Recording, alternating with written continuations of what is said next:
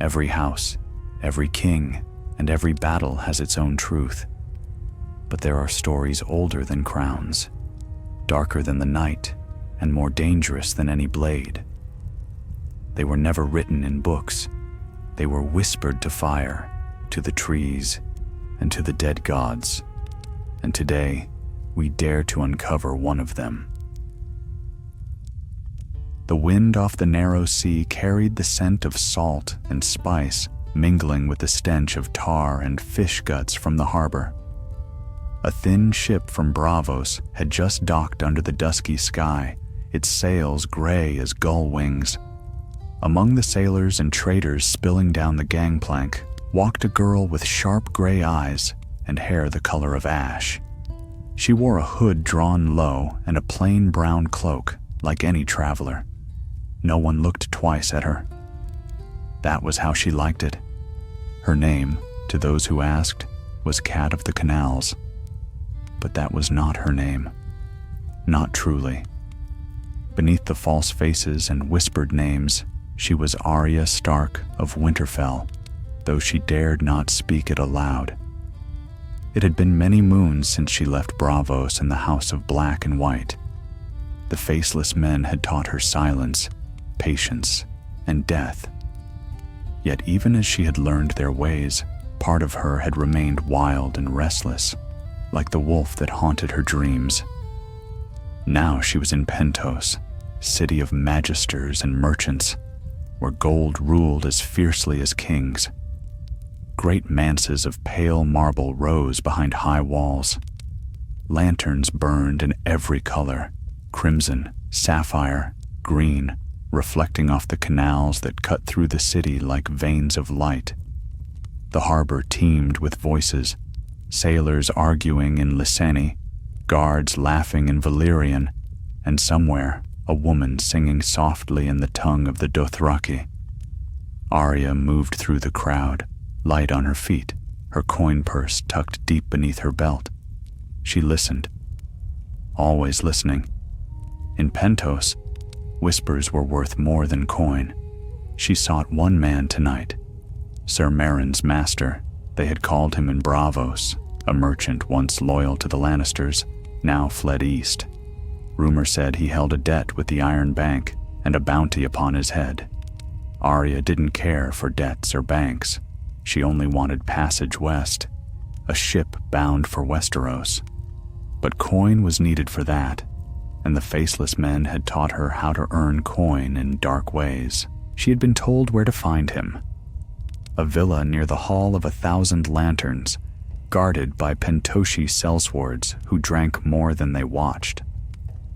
As the moon climbed above the rooftops, Arya reached the villa's outer garden. A fountain sang softly nearby, the water glimmering in the lantern light. She crouched low by the wall, her hand resting on the hilt of the small dagger hidden in her boot. Through an open window, she could hear voices, 2 men arguing in low tones. She crept closer. "I told you, Magister, the Queen's coin spends as well as any," one voice hissed, sharp and nervous. "The girl's worth more alive than dead. You hand her over, and you'll have friends in King's Landing again." "The girl?" the other man said. His tone was slow, calculating. "A servant, nothing more." Arya's pulse quickened. A girl. Taken. Sold, perhaps. She knew too well what such words could mean in cities like this. The second man continued. "I did not flee one queen to serve another. Tell your masters I have no use for their games." There was the scrape of a chair, the slam of a door. Footsteps retreated. The Magister remained, muttering to himself. Arya slipped back into the shadows. A captured girl, a fugitive Magister, and talk of queens. It all smelled of trouble, but trouble often led to truth, and truth was a kind of weapon. She made her way to the harbor's edge again, where ships rocked against their moorings. The taverns there were loud and bright, filled with men from every land. Volantis, Tyrosh, Myr.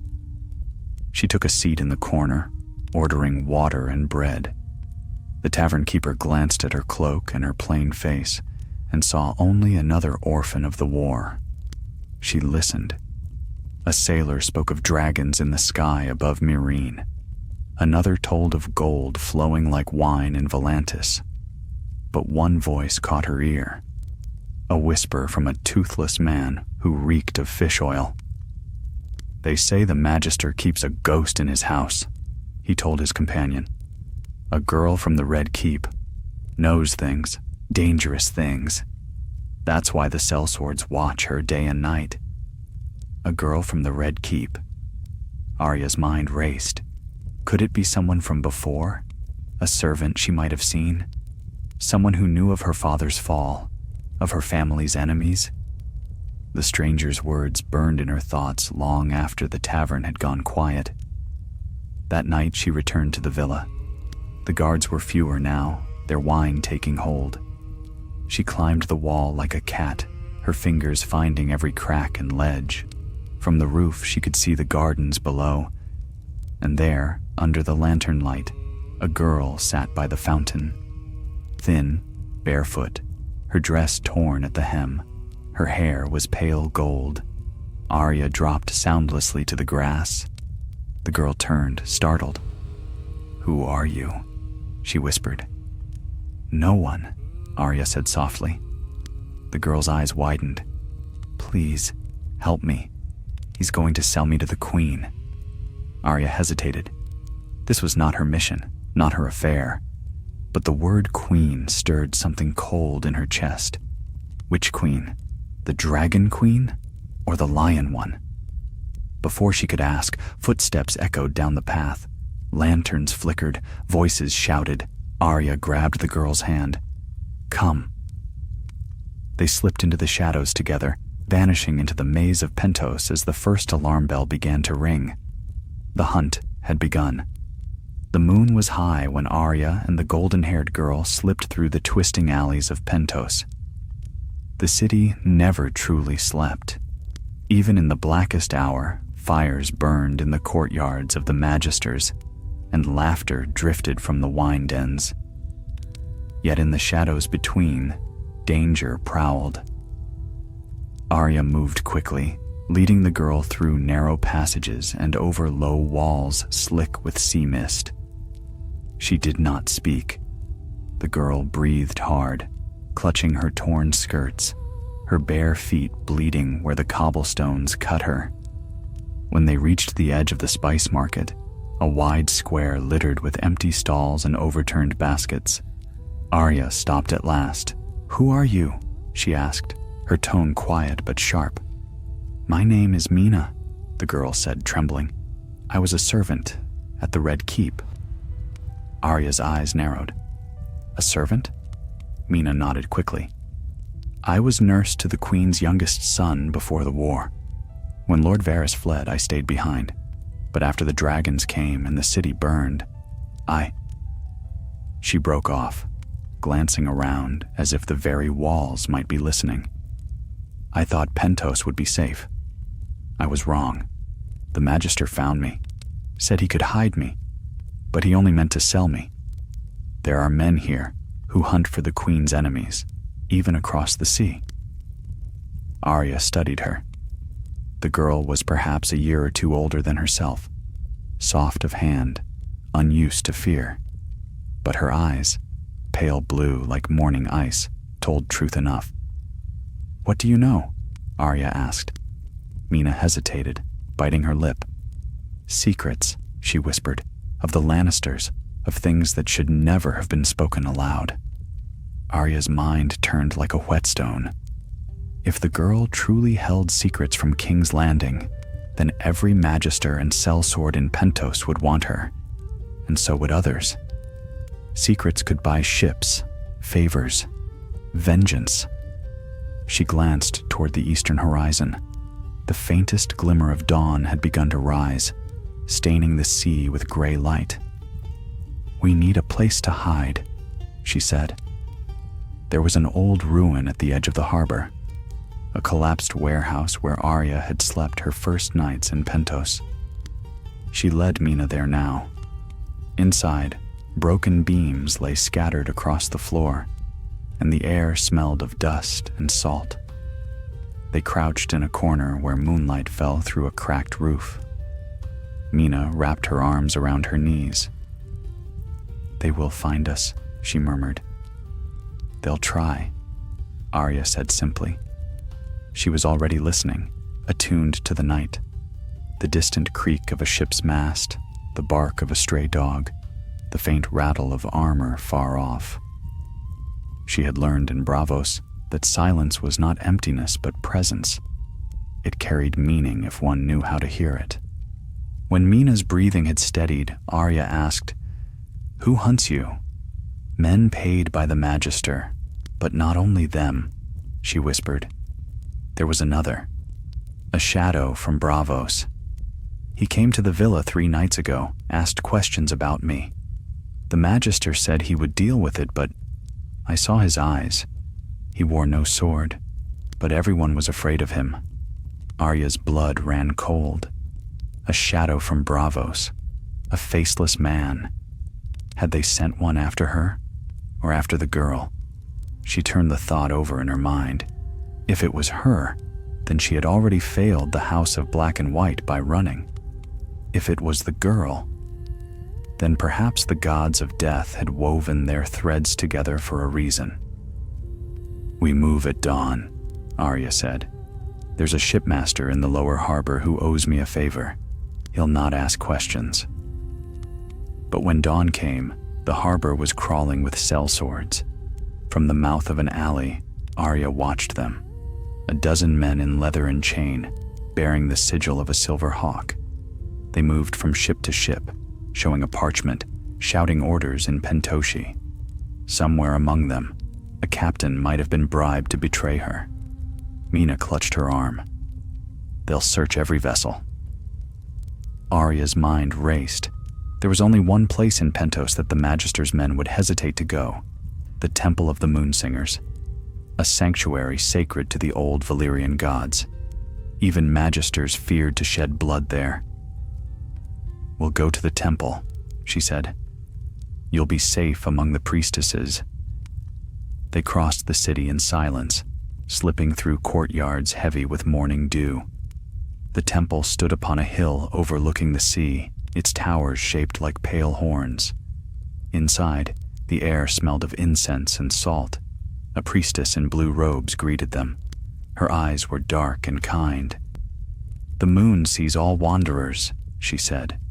"What brings you to her hall?" "Sanctuary," Arya replied. "Only for a short while." The priestess studied her for a long moment, then nodded. "You may stay. The moon turns no soul away." They were given a chamber lit by silver lamps. Mina lay down almost at once, exhausted. Arya did not sleep. She sat by the window, watching the harbor below. The sellswords were spreading still, their banners bright in the morning light. Then she saw him. At first, he looked like any other traveler, a man in a gray cloak walking with slow, measured steps. But when he lifted his head toward the temple, Arya felt her heart stutter. His face was smooth, unremarkable, and yet she knew him, the kindly man. He should not have been here, not in Pentos, not following her. For a heartbeat she thought of fleeing, but he would find her. He always did. When the bells of noon rang, she went to him. He stood in the temple courtyard beside a pool of still water. "You left without a word," he said gently. "That was unkind." "I had to," Arya said. "The house wasn't my place." "Every place is a house of the many-faced god," he said, "and his gift is for all." She swallowed hard. "Are you here for me?" The kindly man smiled faintly. "No, child, not for you, for another. But the threads of fate are knotted now. Help me untie them." He looked toward the temple's inner door, where Mina slept, unaware. Arya's pulse quickened. "You mean to kill her?"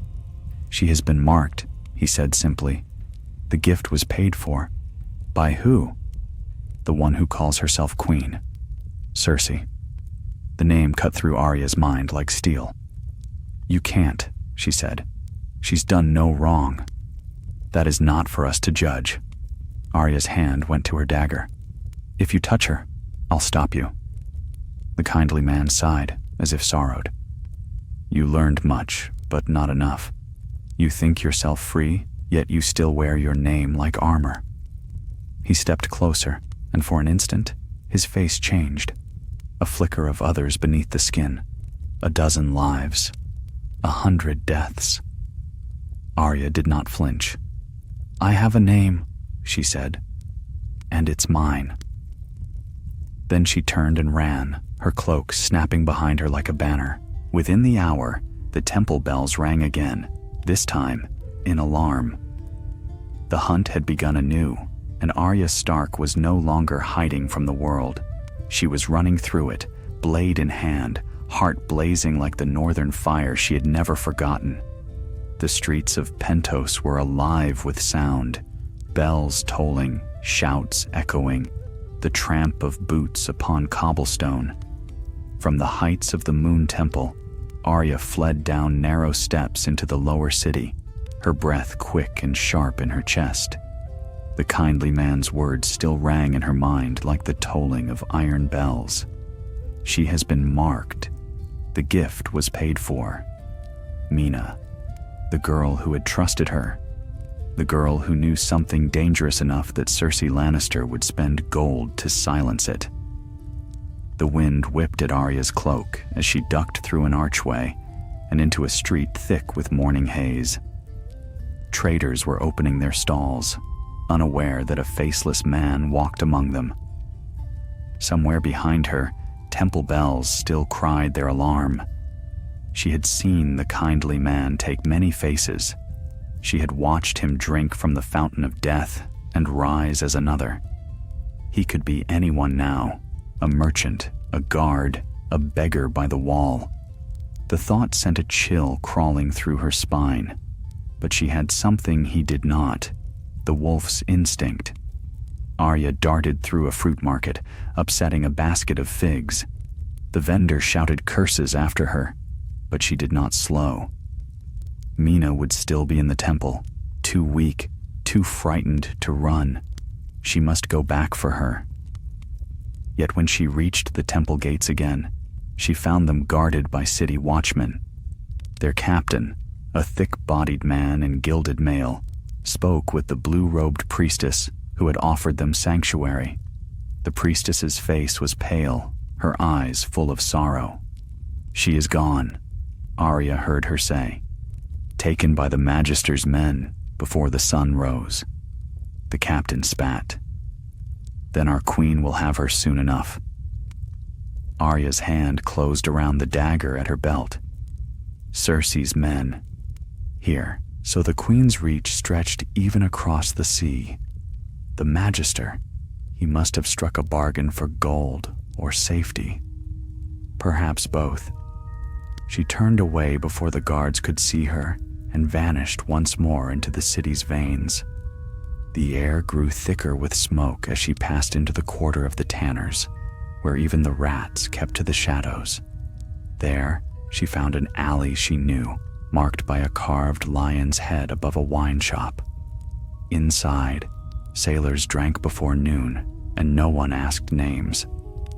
Arya took a place at the back, ordered ale she did not drink, and listened. Said the Magister's ship sails by dusk, one man murmured, carrying the girl west to King's Landing. Foolish to meddle in the queen's business, said another, but the coin she sent was heavy. Gold lions, old and new. Arya rose silently, her heart pounding. If they meant to sail by dusk, she had precious little time. She needed help, or a distraction. And there was one man in Pentos who owed her more than either. Raffio the Broken, a smuggler once bound for Bravos, now half-crippled by a storm and living in the lower docks. She had spared him once when he'd tried to rob her. He had sworn a debt, though men like him rarely kept oaths. Still, she had no other choice. The docks were shrouded in the mist of the afternoon tide. Crates lay stacked high beside the moorings, and the reek of tar and brine filled the air. Arya found Raffio near his boat, a patched and weary vessel called the Dove's End. He looked up as she approached, squinting through his ragged beard. "Cat," he said, voice rough as gravel. "Didn't expect to see you again." "It's Arya," she said. "I need a ship tracked, fast." He laughed, showing yellow teeth. "Aye, you and half the city. What's the cargo?" "A girl," Arya said, "and a magister who's selling her to a queen." Raffio's grin faded. "The Halloran Magister? I heard his name this morning. Sails under the banner of the Hawk." "How long?" "He's loading now. By the next bell, he'll be gone." Arya stepped closer. "Can you get me aboard?" Raffio's eyes darted. "Not without losing my head." "Then lend me a small boat," she said, "and tell no one you've seen me." He hesitated, then sighed. "7 hells, girl. You've the eyes of a ghost. Take it, behind the barrels. The oars still hold." She found the skiff where he said it would be. A weathered thing, more driftwood than vessel. Still, it would serve. She waited until the sun sank red upon the horizon before pushing off into the harbor. The waves lapped softly against the hull as she rode between the great ships moored for departure. There, near the outer jetty, she saw the Hawk banner fluttering from a tall stern. Lanterns burned along its decks, and figures moved about, securing ropes, lifting crates. The Magister stood at the gangway, his robes rich with gold thread. Beside him, 2 guards dragged a hooded figure, small, trembling, bound at the wrists. Mina. Arya's breath caught. The ship's bell clanged once, twice, sails unfurled. She rowed closer, keeping to the ship's shadow. When the first wave struck, her skiff rocked violently, but she held steady. As the anchor rose from the water, Arya caught the chain, slipped her dagger between the links, and climbed. The salt bit her hands raw, but she did not stop. At the rail, she crouched low, hidden behind a stack of barrels. The deck was alive with motion. Sails flapped. The captain barked orders. The Magister disappeared below, taking Mina with him. Arya waited until the deckhands turned away, then crept across the planks like a shadow. The door to the cabin stood ajar. From within came muffled voices, the Magister's oily tone and Mina's frightened protests. "You'll fetch me a fine price," he was saying. "The Queen has long memories for her enemies." "She'll kill me," Mina gasped. "That is no concern of mine." Arya slipped inside. The Magister turned just as she moved.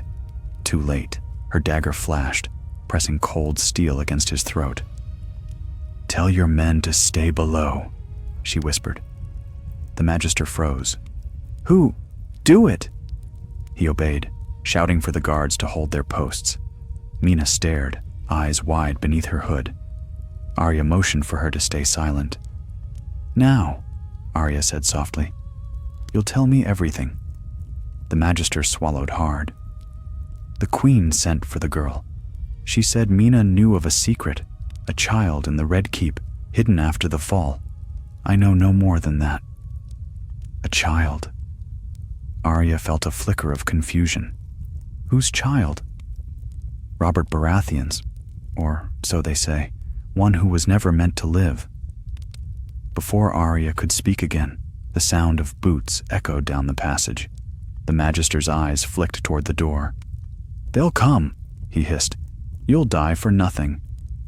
"Maybe," Arya said, "but not before you."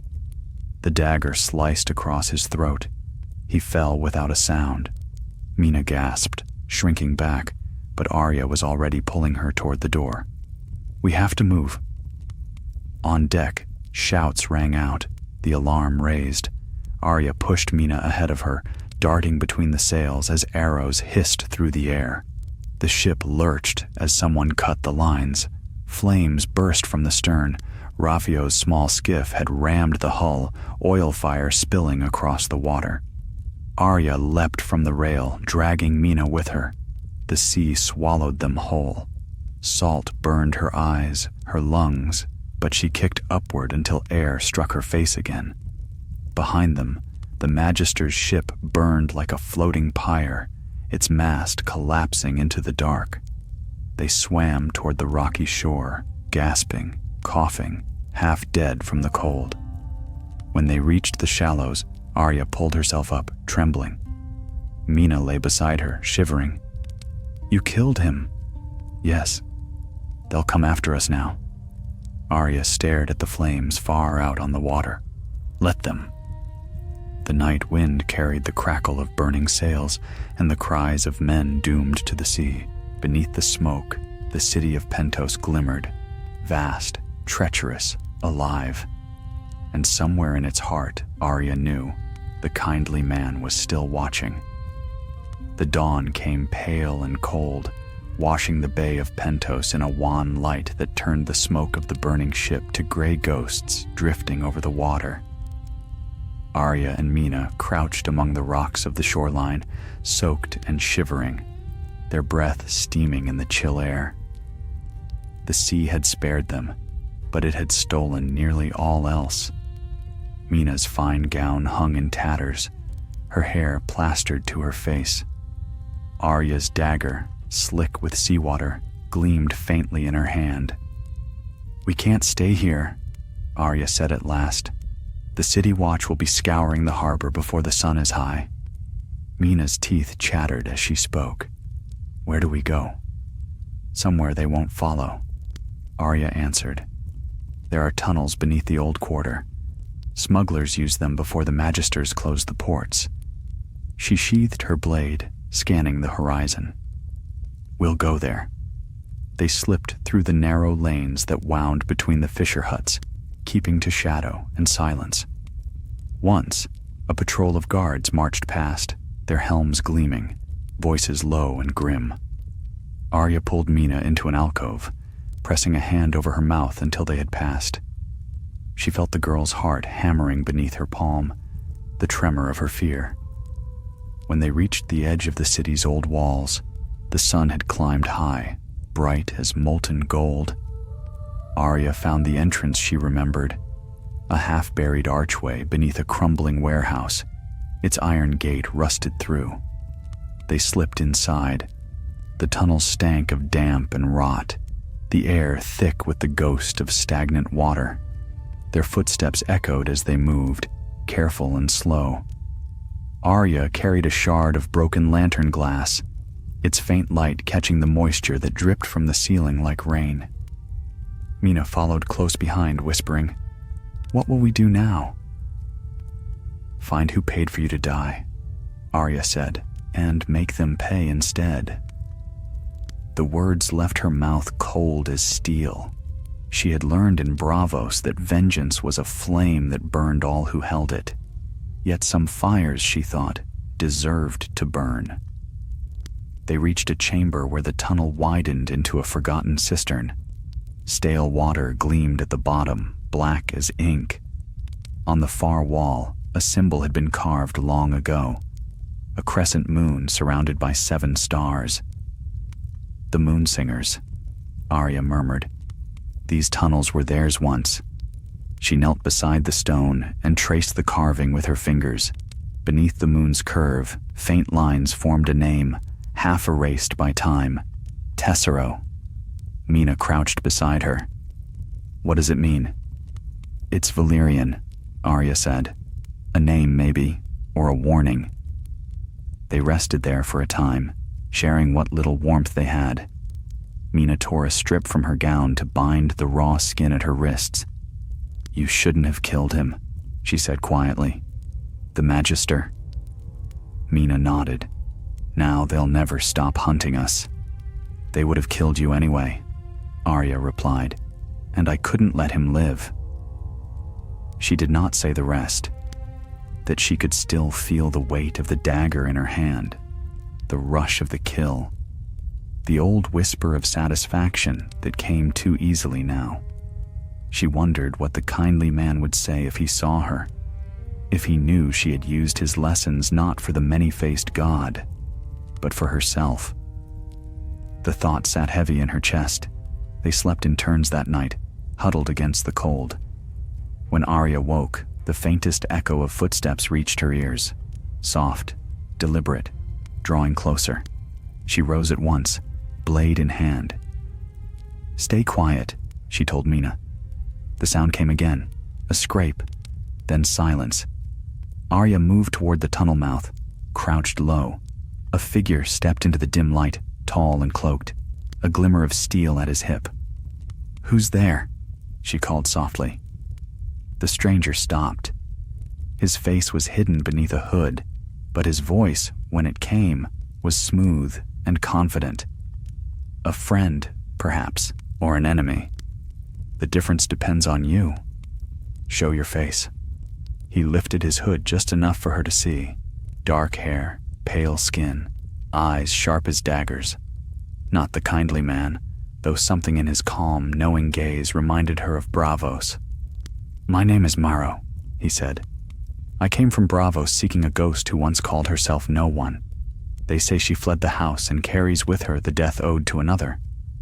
Arya's grip tightened on her dagger. "Then you found her." He inclined his head slightly, as if in respect. "The house remembers all its debts, but I am not here for yours. The girl you protect, she was marked. The queen's coin paid for her death, yet the gods refused the offering. Now, both you and she are bound in its place." Mina gasped. "Bound? What do you mean?" Maro's eyes flicked toward her. "Death denied will not rest. Until her blood or yours is spilled, the contract remains unfulfilled." Arya stepped between them. "Then take me." He smiled faintly.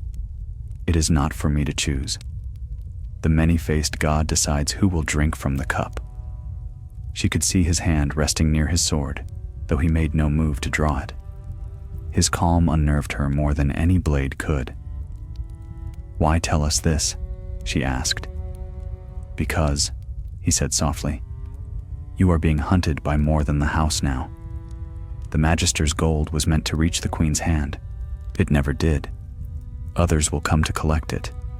And with that, he turned, melting back into the darkness as quietly as he had come. Mina stared after him, her face pale. "What will we do?" Arya sheathed her blade. "We keep moving.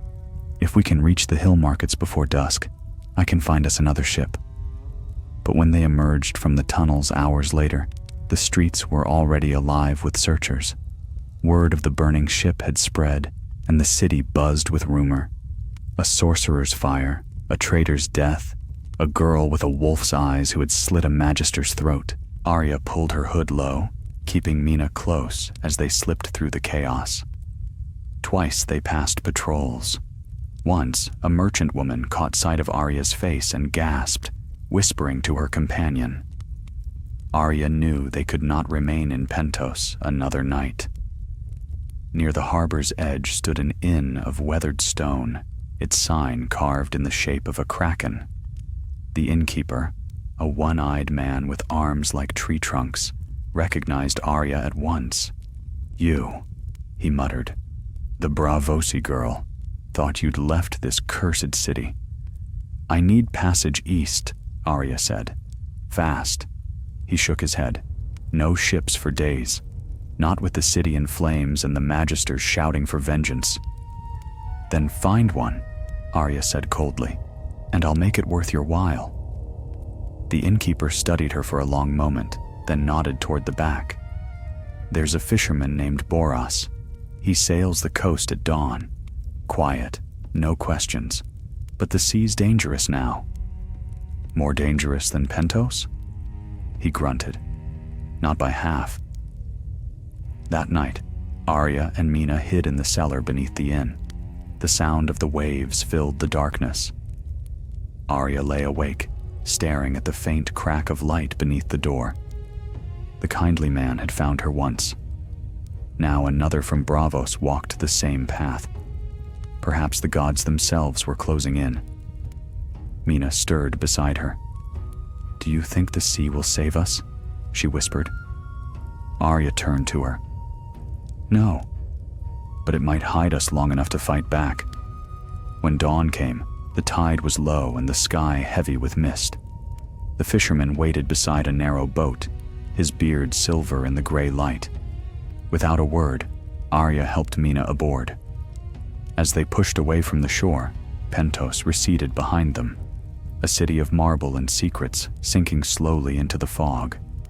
Yet even as the wind filled the sail and the salt spray touched her face, Arya could not shake the feeling that unseen eyes followed them still, and that the sea ahead held not safety, but the next shadow of death awaiting its turn.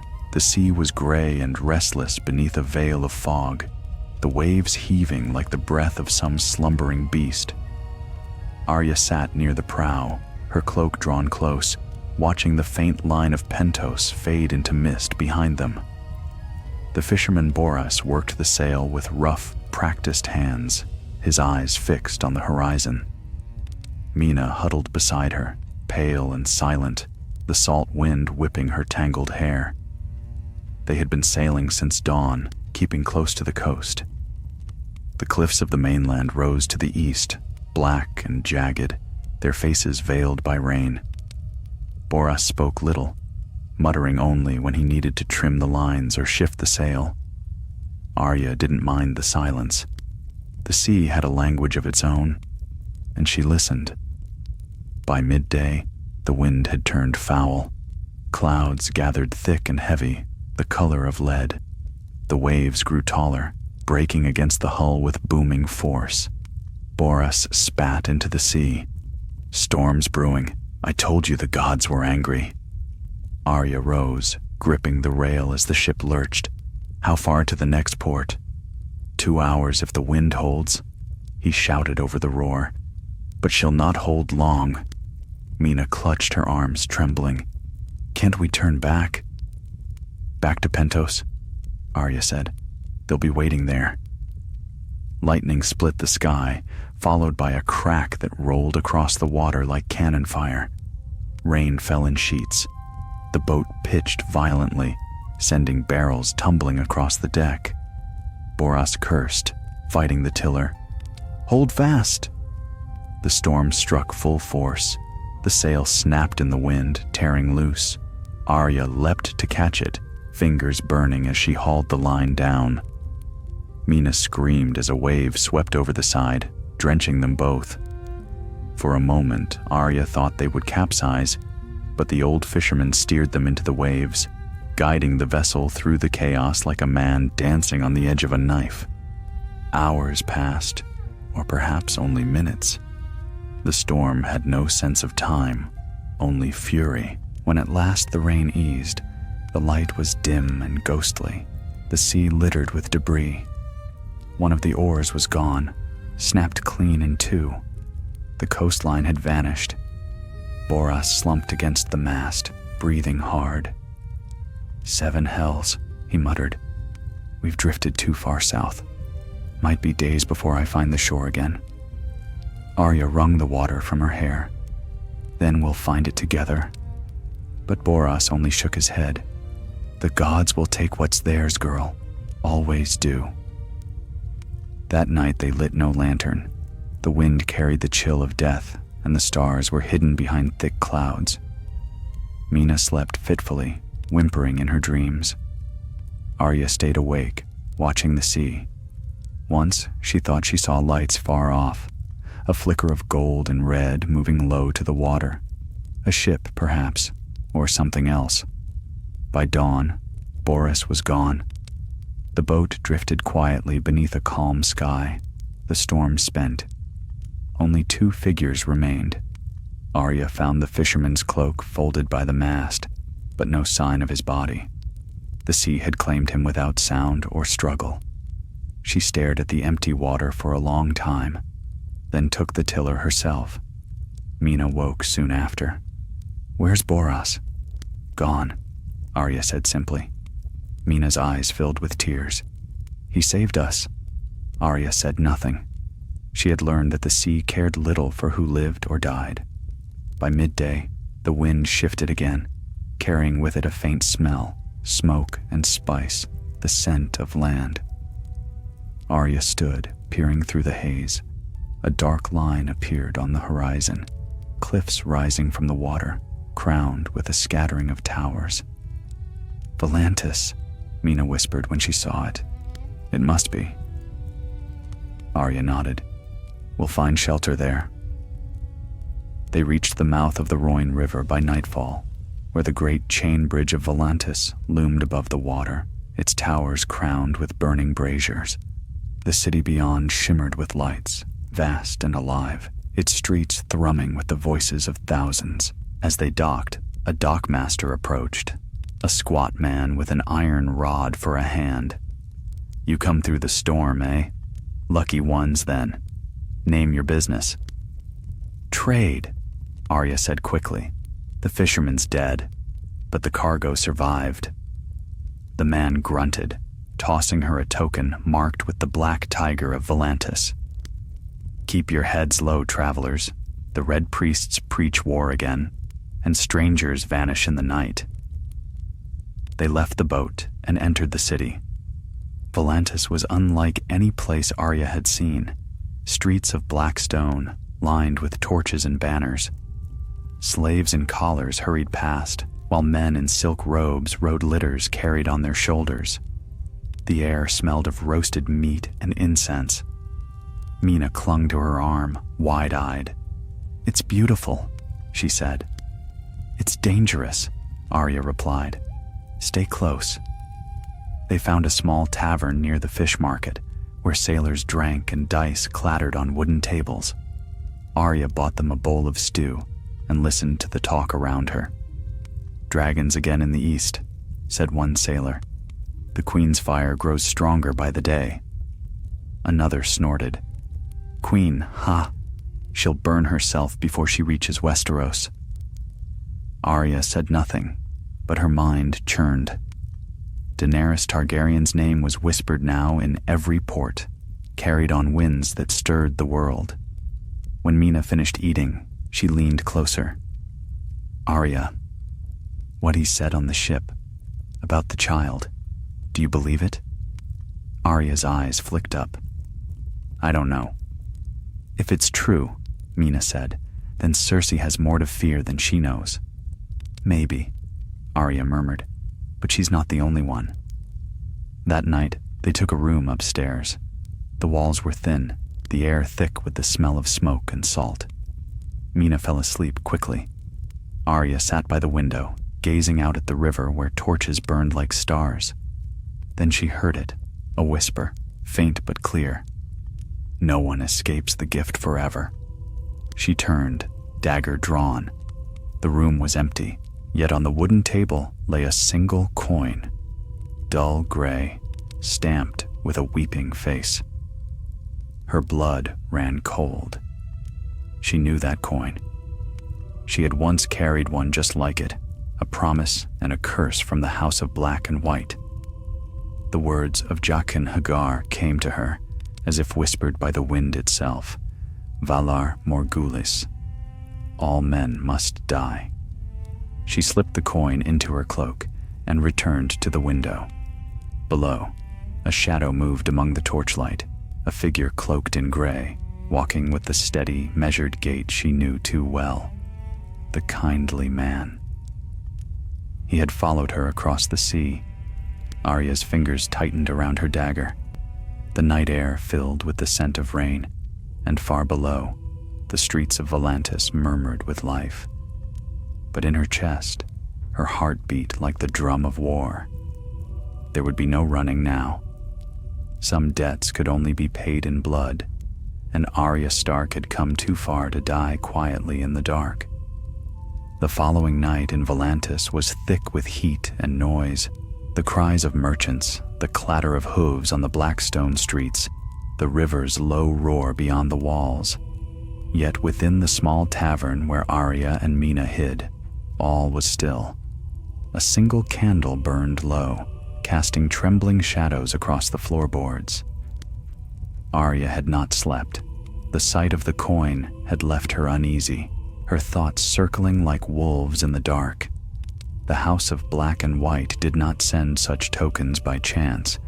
It was a message and perhaps a warning. The gift must be delivered. When dawn came, she was already awake, watching through the cracked shutters as the city stirred. Across the street, red priests stood upon a raised platform, their robes blazing like fire as they preached to the crowd. "The night is dark and full of terrors," cried one.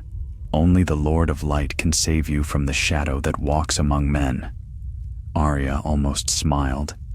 If only they knew how near that shadow stood. Mina woke with a start, clutching her blanket. "It's morning?" "Barely," Arya said. "We can't stay here." "Where will we go?" "Somewhere crowded. Harder to be followed." They left before the tavern keeper stirred, slipping into the waking city. Volantis was vast, a maze of streets and bridges, its walls older than memory. The black stones of the city were said to have been laid by dragons, their heat still sleeping beneath the surface. Arya felt it as she walked, that pulse of something ancient, like a heart beating beneath her feet. They crossed the great market of the fishmongers, then passed through an alley filled with incense smoke. Everywhere they went, eyes followed them. Volantis was a city of watchers, slaves and spies, merchants and beggars, all trading secrets for coin. At the river's edge stood a bridge of stone and iron, guarded by men in tiger-striped cloaks. Beyond it rose the shadow of the Black Wall, the ancient fortress of the Old Blood, the families who still claimed descent from Valyria's dragon lords. Mina shuddered. "We shouldn't go near there." "They won't see us," Arya said. "We're ghosts."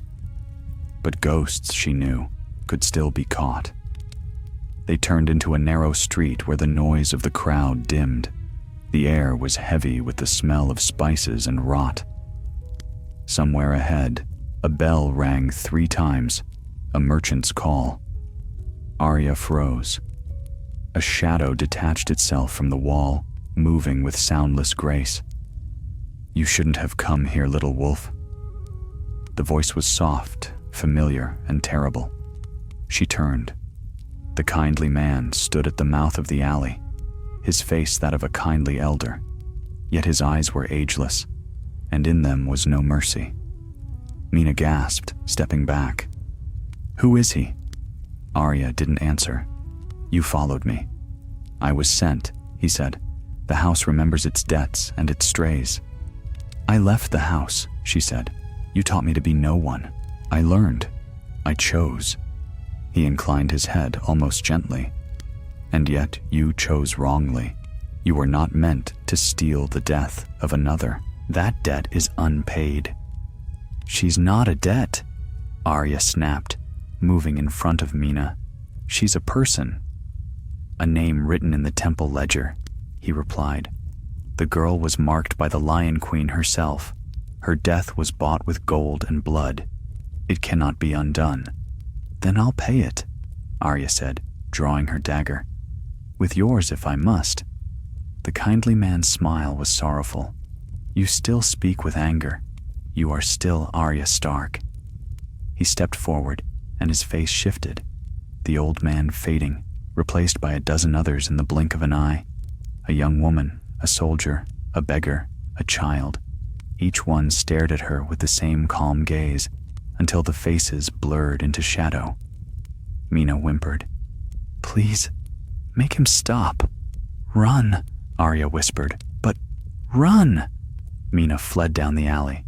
The kindly man watched her go, then turned back to Arya. "You cannot protect her from the gods." Arya lunged. Steel met air. He moved like mist, faster than sight. His hand caught her wrist, twisting. Pain lanced up her arm, and the dagger clattered to the ground. "You forget the lessons of the house," he murmured. "To fight the many-faced god is to fight yourself." Arya drove her knee upward, striking his ribs. He grunted, not pain, but surprise. She tore free and rolled aside, snatching up her blade.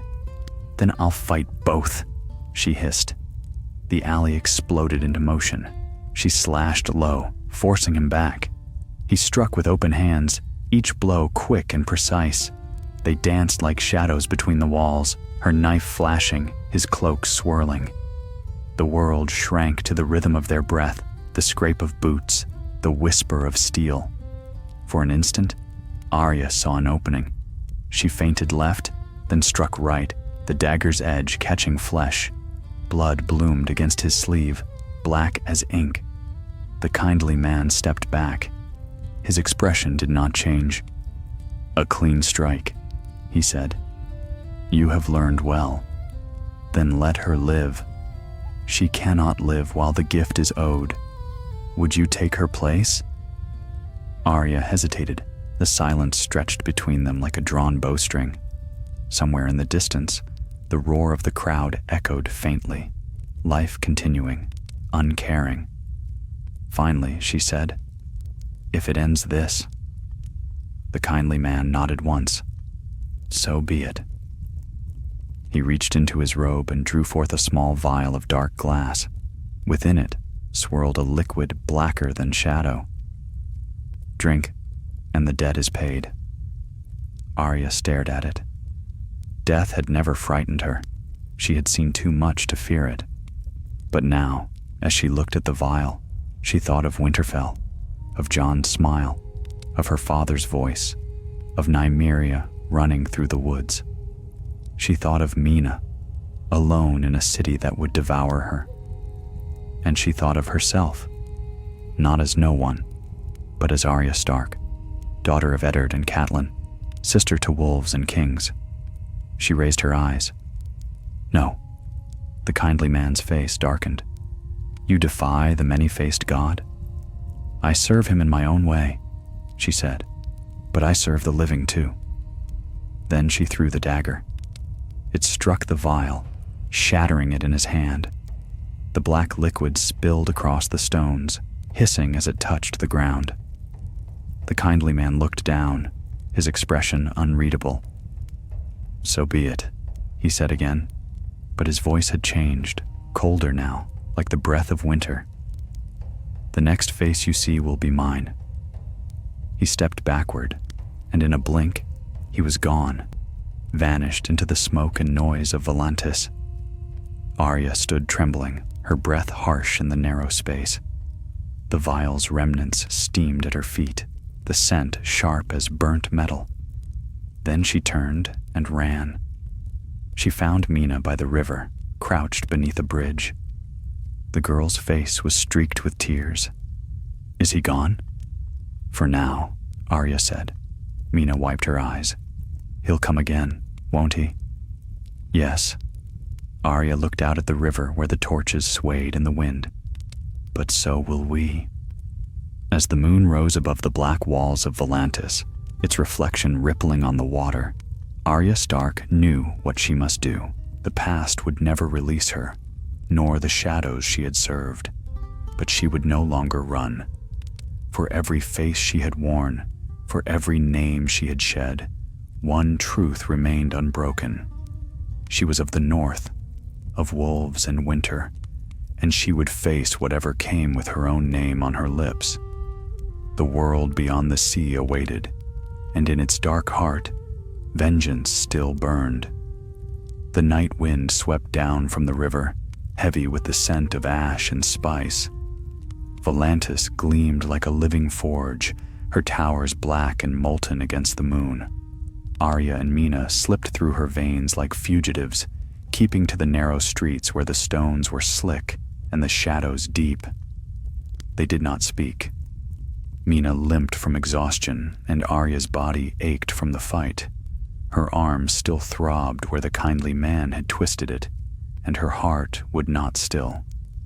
The words, "The next face you see will be mine," clung to her mind like smoke.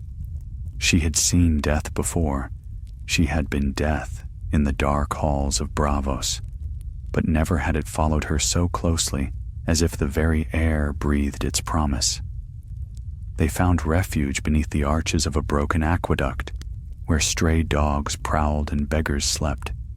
Arya built a small fire from scraps of driftwood and covered it with her cloak, hiding the flame. Mina lay down without a word, her eyes hollow, her skin pale from cold. "You should sleep," Arya said softly.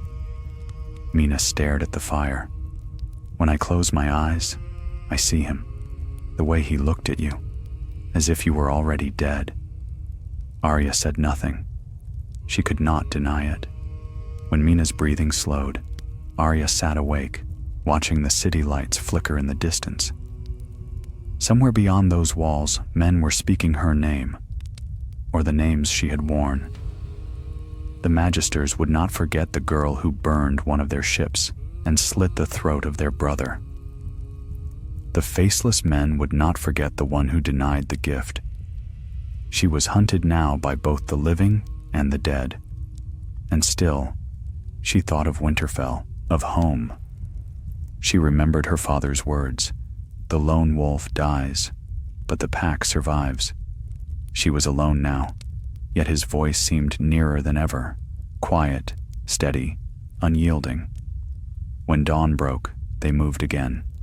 The eastern gate of Volantis lay close to the jungle marshes, where the Rhoyne split into 100 silver veins. Few dared to travel there, for the land was wild, haunted by the ruins of Valyria's fallen colonies. But Arya knew it was the only road that offered escape. They left the city as the sun rose blood-red over the river. The guards at the gate were half asleep, their spears propped against the wall. Arya passed them a handful of coins, the last she possessed, and led Mina through without question. Beyond the walls, the road turned to mud. The river spread wide, reflecting the sky in rippling mirrors. Herons stalked the shallows, and strange insects hummed in the reeds. For the first time in many days, Arya felt the air clear in her lungs. They walked until the sun stood high. By then, Mina could go no farther. She sank to her knees beside the water, her face gray with weariness. "I can't," she whispered. "My legs, they won't move." Arya crouched beside her. "We rest here." She knelt to fill their water skin. The surface of the river was still, dark as glass. When she looked down, she saw her reflection, but not her face. The kindly man's eyes stared back. She jerked away, spilling the water. The reflection rippled, broke apart. Only the river remained. Mina saw her pale. "What is it?" "Nothing," Arya said, though her heart raced. "Keep quiet." She forced herself to breathe. The river whispered softly around them, the reeds bending in the wind. Somewhere far off, a bird cried, a sharp, lonely sound. Then came another voice, nearer. "You run far, little wolf." Arya sprang up, blade drawn. Across the river stood a figure cloaked in gray, the hood low over its face. "You can't cross here," she called. "The current's too strong." The figure tilted its head. "You forget what walks on water when the many-faced god wills it." The words chilled her blood. The river's edge shimmered, and for an instant, she thought she saw footprints forming upon the surface, faint, then gone. "Go!" she hissed to Mina. "Run!" But Mina was frozen in fear. Arya grabbed her hand and pulled her toward the trees. Behind them, the water rippled again. The sound of footsteps, soft but certain, followed. They fled through the reeds, the wet ground sucking at their boots. The forest ahead rose black and tangled, its canopy swallowing the light. Branches whipped their faces as they plunged into the gloom. For a long while, there was only breath and heartbeat, the rustle of leaves, the pounding of her own blood. But Arya knew he was close. She could feel it. that stillness in the air, that quiet where no birds sang. At last they burst into a clearing, half choked by vines. Broken statues jutted from the earth, their faces eroded by time. The ruins of some ancient Valyrian outpost, swallowed by the jungle. Mina stumbled to a halt, gasping. "We can't keep running." "Then hide," Arya said. "In the stone. Go." She turned back toward the trees, blade in hand. Her breath came quick, her muscles taut. The forest lay silent, too silent. Then he stepped into view. Not the kindly man this time, but another face, young, handsome, unmarked by age. He wore no armor, only a traveler's cloak, and in his hand gleamed a thin blade the color of smoke. "Enough, Arya Stark," he said. "You cannot win this chase." "Who are you?" she demanded. "One who serves the same god you betrayed." She shifted her stance, ready to strike. "Then come and claim your gift." He smiled faintly. "You were always proud." Their blades met with a sound like struck bells. The fight was fast and cruel. Shadow against shadow, steel against steel. He was stronger, but Arya was quicker. She darted in low, feinting left, then slashing upward. He parried, spun, and nearly caught her shoulder. She felt the cut graze her arm, but did not flinch. She moved like the wind, like the cat she had been on the rooftops of Braavos. Their blades hissed, their breaths came ragged. "You were meant to serve, not defy," he said. "I serve my own gods now," she hissed. "Then they will fail you." His sword flashed. She ducked beneath it, rolling across the dirt. When she rose, she threw her dagger, not at his heart, but at the vines above him. They snapped, releasing a mass of deadwood that crashed down upon him.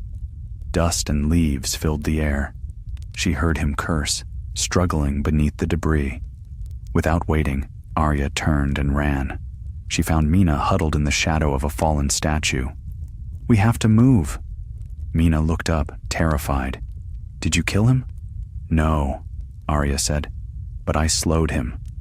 Together they fled deeper into the jungle. The trees grew denser, the air thick with mist. Somewhere behind them, a voice called out, calm, unhurried. "You can hide from men, Arya Stark, not from death."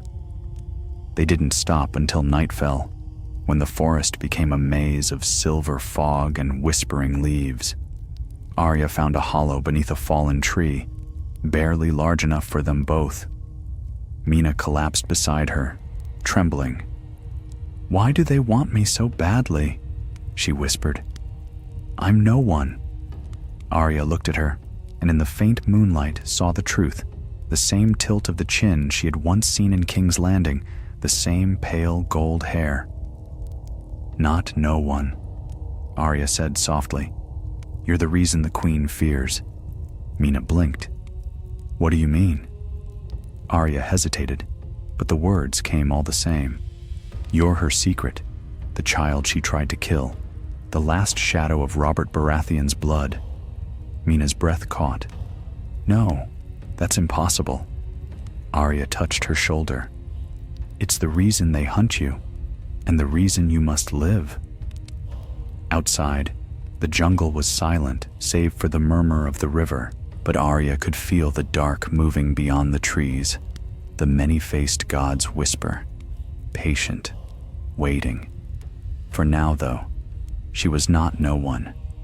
She was Arya Stark of Winterfell, and she would protect this girl until her last breath, even if it meant defying death itself. The jungle was a maze of mist and shadow, alive with the hum of unseen things. Dew clung to the leaves like cold glass, and the air smelled of earth and decay. Arya moved first, blade drawn, her every sense awake to the forest's breath. Mina followed close behind, her steps uneven, her eyes wide. By morning, they had found a stream that wound through the undergrowth like a silver snake. Arya knelt to drink, the water cool against her lips, then filled their skin. She glanced at Mina, who crouched nearby, trembling with weariness. "We'll rest soon," Arya said. Mina nodded, but did not speak. Her gaze was distant, haunted. The words Arya had spoken the night before, about her being Robert's lost blood, had struck her deeply. When they moved again, the trees thinned, opening onto a clearing of ancient stone. Ruins rose from the earth like the ribs of a dead beast, towers toppled and blackened by fire.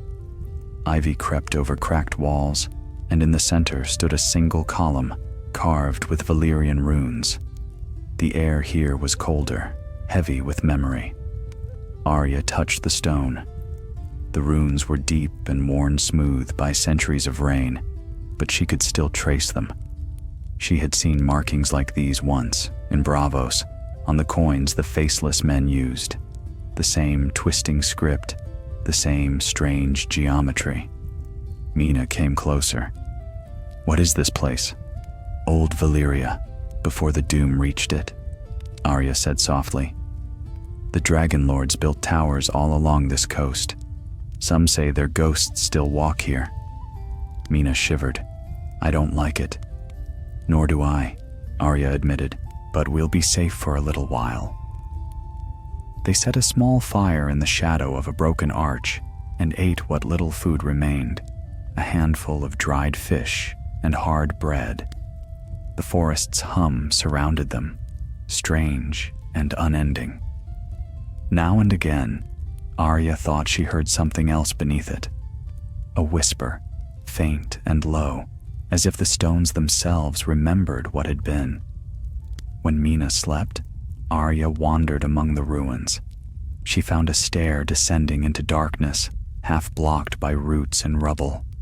Curiosity pulled her down. The stair led to a chamber where the air was cool and dry. A faint light came from above, filtering through cracks in the ceiling. On the floor lay shards of glass, old weapons, and bones turned to dust. At the far end stood a pedestal of black marble. Upon it rested a small bronze mask, expressionless, smooth, and terrible. Arya's heart skipped. She knew that face. It was the same mask worn by the faceless men when they spoke to the god of death. She stepped closer. Her reflection shimmered in the bronze, distorted. "You always find me," she whispered. And from the darkness, a voice answered, "Because you are not finished." The kindly man's voice, though softer now, almost sorrowful. She spun, blade ready. No one stood there, only the sound of wind through the cracks, like breathing. "Show yourself." But there was nothing to strike, no flesh or form. The mask stared at her, unmoving.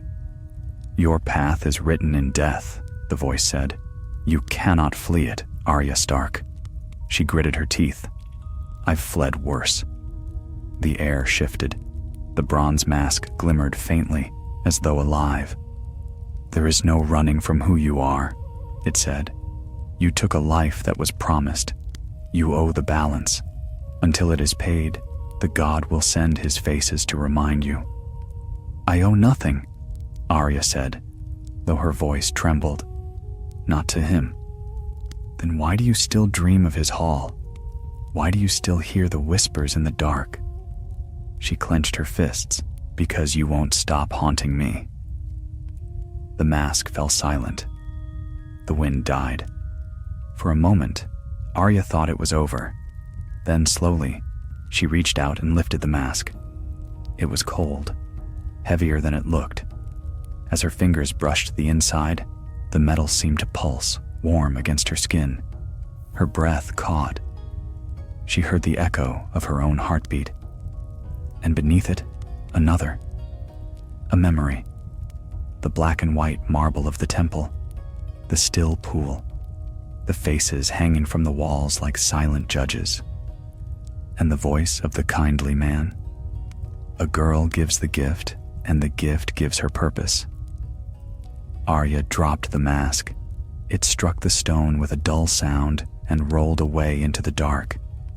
She turned and climbed the stairs, her pulse hammering. When she reached the surface, Mina was awake, staring at her with wide eyes. "I thought you'd gone," the girl said. "Never," Arya replied. "Not while they're hunting you." Mina frowned. "Who are they now? The men from Bravos?" "Worse," Arya said quietly. "The god they serve." They left the ruins before noon. The jungle thickened once more, the light dim beneath the canopy. Birds scattered overhead, their cries sharp and wild. As they walked, Mina said, "If what you said is true, about me being Robert's, then Westeros needs to know. The Queen's reign would end," Arya finished, "and you'd die before you reach the shore." "Then why save me?" Mina asked. "Why risk your life?" Arya glanced at her. "Because I couldn't save mine when I had the chance. Not my father, not my mother, not my brother. But maybe I can save you." They walked in silence for a time. Then Mina said softly, "Do you ever think of home?" Arya looked toward the horizon, though the trees hid all sight of sky. "Every day," she said, "even when I try not to." That night, they camped beneath the roots of a great tree. Arya sat awake long after Mina slept, sharpening her blade. The jungle's noises rose around her, frogs calling, insects humming, distant howls she did not wish to name. Then faintly, a new sound reached her, the crack of a branch, the hush of steps. She froze. A shadow moved at the edge of the firelight, tall, cloaked, faceless. Arya stood, knife in hand. "I warned you," she said to the darkness. No answer, only the whisper of leaves. She took a step forward. The shadow mirrored her, moving with her breath. Then another joined it, and another. 3 figures now surrounding her, each wearing a mask of different metal, one bronze, one silver, one iron. The faceless men. Her pulse quickened. "So he sends more of you." They said nothing. The iron-masked one stepped closer, blade glinting. "Stay back," Arya warned. Still they came. The fight was brutal, silent. Arya darted between them, using speed and cunning over strength. She kicked the fire, sending sparks into their faces, then slashed low. One fell, blood dark against the earth. Another struck from behind, his sword grazing her arm. She spun, drove her dagger beneath his ribs. The last mask glimmered, silver, like moonlight. The man beneath it moved with inhuman grace. Their blades met again and again, until Arya's arms shook with strain. Finally, she feinted a stumble. The silver mask lunged, and she drove her dagger up beneath his chin. The forest went still. The man fell without sound, his mask clattering to the ground. Arya stared down at it, panting. The silver face gleamed in the firelight, and slowly, impossibly, it changed. Her own face looked back. A chill seized her chest. She stumbled back, eyes wide, heart pounding. Mina woke with a cry. "Arya!" She could not answer. The jungle around them seemed to breathe, as though the trees themselves whispered the words she dreaded most. "You cannot run from what you are." The wind stirred the fire's embers, sending sparks into the night. Arya looked at the mask one last time, then hurled it into the flames. It burned, metal glowing red, until nothing remained but ash. She turned away, her face pale in the firelight. "We leave at dawn," she said. "Where will we go?" Mina whispered. "West," Arya replied. "Always west." And though she said no more, she could feel the eyes of death upon her back, patient, eternal, waiting for the day she could no longer run. Dawn came shrouded in gray mist. The jungle, soaked in dew, glistened like a vast emerald sea beneath the rising light. Arya stood at the edge of their camp, staring at the ashes of the fire. Where the silver mask had burned, only a faint shimmer remained, like frost upon stone. She kicked dirt over the ashes, though she knew it would not hide what had been. Nothing could. Mina stirred behind her, still pale from the night's terror. Was it real? She whispered. Those men? Arya fastened her cloak. They were real enough, and they won't be the last. Mina wrapped her arms around herself. You killed them. Arya did not answer. She did not need to. The girl's eyes told her she understood. They moved before the sun broke the horizon, following the river's curve westward. The air hung thick and heavy, the cries of unseen beasts echoing through the trees. Once, Arya spotted the white bones of some great creature lying half-buried in the mud, ribs tall as a man, curved like the hull of a ship. Dragons, she thought, or their cousins. The world had once belonged to them, and perhaps in hidden places like this, it still did. By midday, they reached higher ground. From the ridge, Arya saw the jungle fall away into open marshland. Beyond the misted flats gleamed a faint glimmer of silver, the distant sea. There, she said, pointing. If we can reach the coast, we can find a ship. Another ship? Mina asked, weary and afraid. One that sails north, Arya said. Westeros. Mina's eyes widened. You mean to go back? Arya nodded slowly. There's no hiding forever.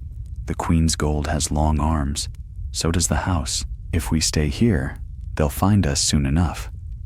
But if we return... She trailed off, thinking.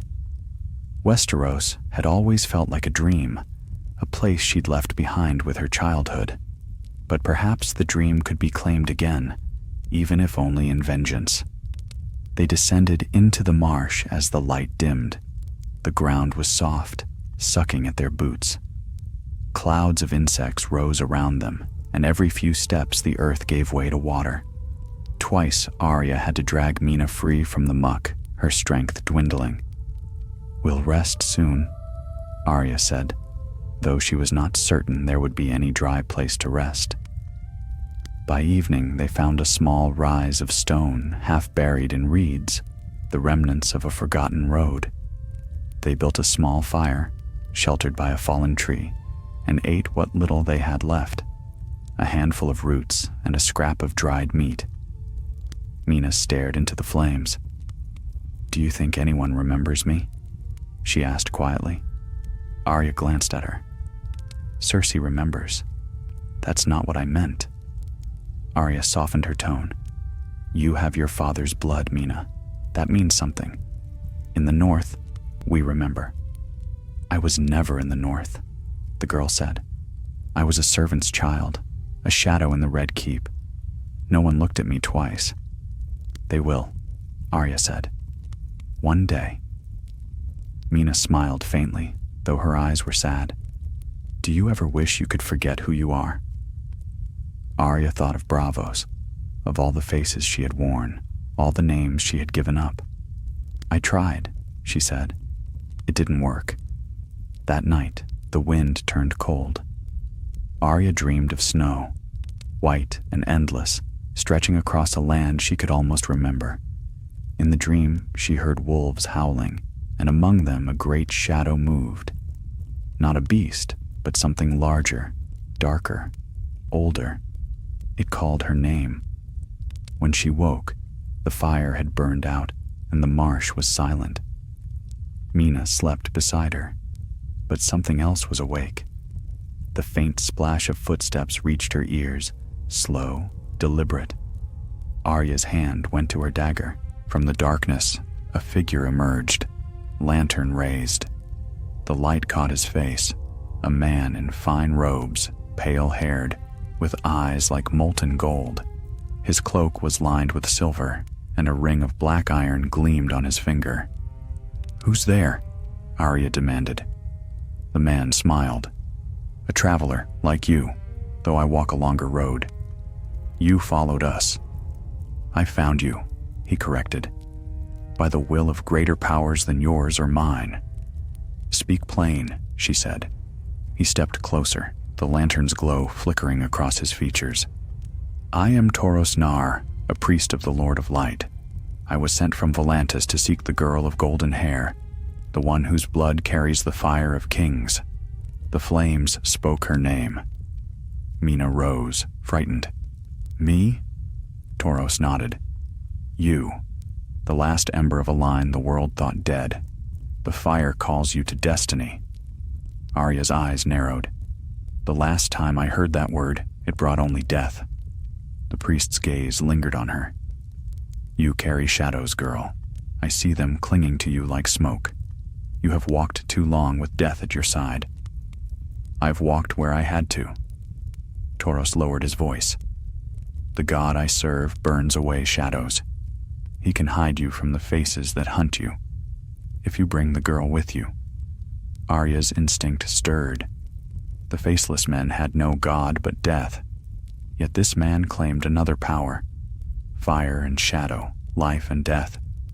Perhaps the same gods, wearing different masks. "Why does your god want her?" Arya asked. "The flames show me only what must be," he said. "The Dragon Queen rises in the east, and the lions crouch in the west. The blood of kings will decide which burns." Arya studied him. His eyes glowed in the lantern light, earnest and terrible. "And if I say no?" Toros tilted his head.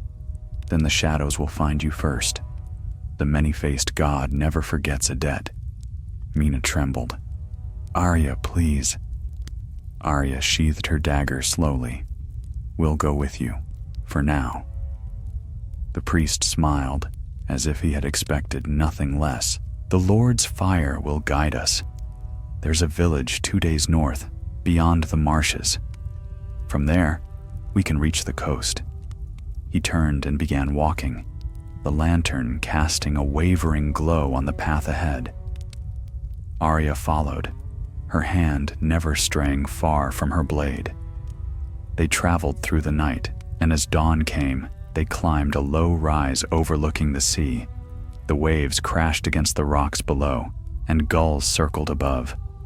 A ruined lighthouse stood on the cliff, its tower broken, its flame long dead. Toros gestured toward it. "There, we will rest until sunset." Inside, the air was cool and musty. Moss crept across the stone, and the floor was scattered with driftwood and shells. Arya searched each level carefully before settling near the upper chamber. As the sun sank, she stood at the window, watching the light fade from the sea. Behind her, Mina slept, and the priest prayed in low murmurs. The horizon burned gold, then crimson, then black. And in that last breath of light, Arya saw a shadow moving far below, not man, not beast, but something that glided along the shoreline like smoke. Her heart tightened. She knew that shape. The kindly man had found her again. She turned, her voice low and cold. "We leave before dawn." Toros looked up from his prayers. "Why?" "Because death's already found our trail," Arya said. And as the night wind swept through the broken tower, she thought she heard laughter, soft, distant, and ancient, carried on the salt air. The sea roared beneath the cliffs like an angry god, hurling white foam against the rocks. Dawn crept across the horizon in pale streaks of silver and gold, but its beauty brought no comfort. Arya stood upon the crumbling ledge outside the ruined lighthouse, the wind tearing at her cloak, her eyes fixed on the restless waves below. She could feel him out there, somewhere beyond sight. The kindly man's presence clung to her like a chill she could not shake. Death had found their scent again, patient, inevitable, unending. Behind her, Mina stirred from sleep, her hair tangled, her face drawn. Toros Nar still knelt before his small iron brazier, whispering in a tongue Arya did not know. His flames burned a strange blue, guttering and alive.